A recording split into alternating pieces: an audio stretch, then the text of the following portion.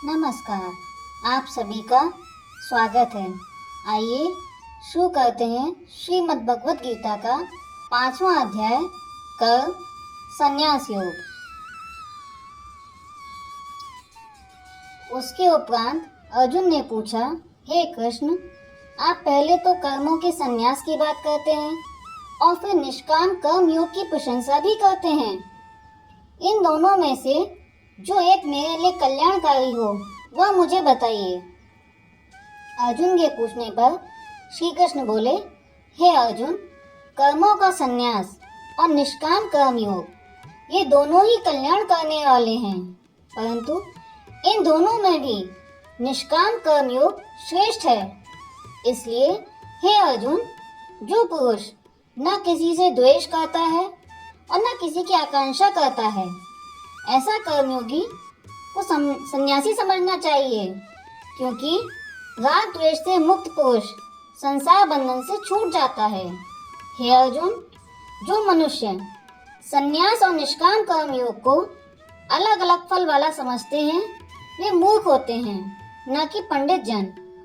ज्ञान योगियों द्वारा जो परम धाम प्राप्त किया जाता है, निष्काम कर्म योगियों द्वारा भी वही प्राप्त किया जाता है। परंतु हे अर्जुन, निष्काम कर्म योग के बिना कर्म संन्यास अर्थात संपूर्ण कर्मों में कर्तापन का त्याग प्राप्त होना कठिन है। जिसका मन अपने वश में है, जिसने अपनी इंद्रियों को जीत लिया है, ऐसा निष्काम कर्म योगी कर्म करता हुआ भी कर्म बंधन में नहीं पड़ता है। हे अर्जुन, जो सच्चाई को जान चुका है और जिसे ज्ञान प्राप्त है, ऐसा सांख्य योगी तो देखता हुआ, सुनता हुआ, स्पर्श करता हुआ, सूंघता हुआ, भोजन करता हुआ, सोता हुआ, श्वास लेता हुआ, बोलता हुआ आदि सभी कार्य करता हुआ भी ऐसा ही मानता है कि मैं कुछ नहीं करता, सब ईश्वर करते हैं। हे अर्जुन, जो पुरुष सब कर्मों को परमात्मा में अर्पण करके और आसक्ति को त्याग कर कर्म करता है, वह पुरुष पाप में लिप्त नहीं होता है।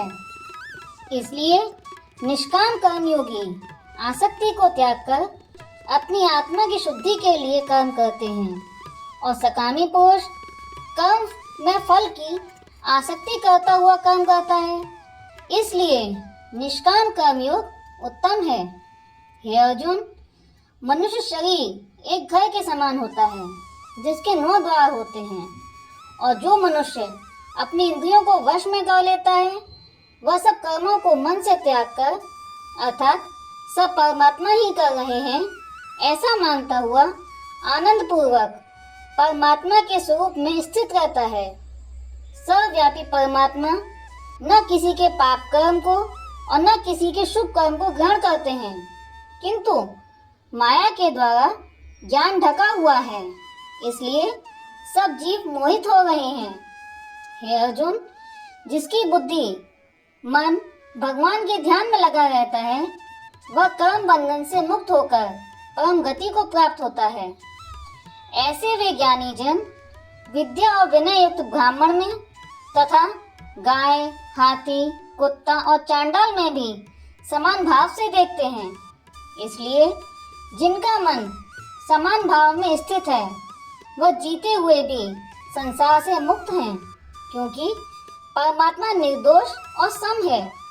इससे वे परमात्मा में ही स्थित हैं।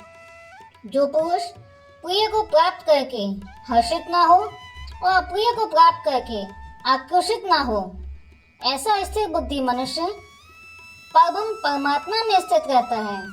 जो यह इंद्रिय तथा विषयों के संयोग से उत्पन्न होने वाले सब भोग हैं, वे विषयी पुरुषों को सुख प्रदान करते हैं और निसंदेह दुख भी देते हैं।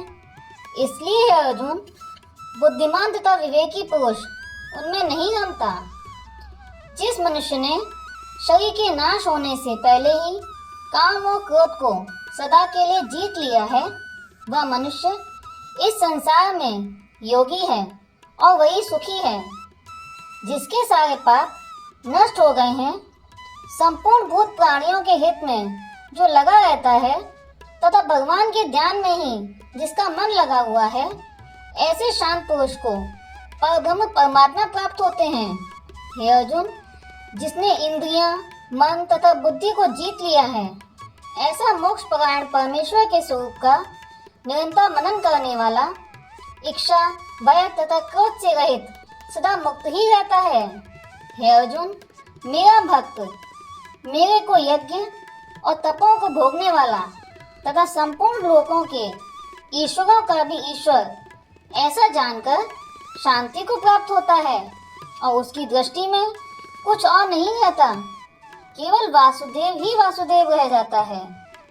यहाँ श्रीमद् भगवद गीता का श्री कृष्ण और अर्जुन के संवाद में कर्म संन्यास योग नामक 5वां अध्याय समाप्त होता है। अगर आपको हमारा ये वीडियो पसंद आया हो तो वीडियो को लाइक करें तथा चैनल को सब्सक्राइब करें। राधे राधे।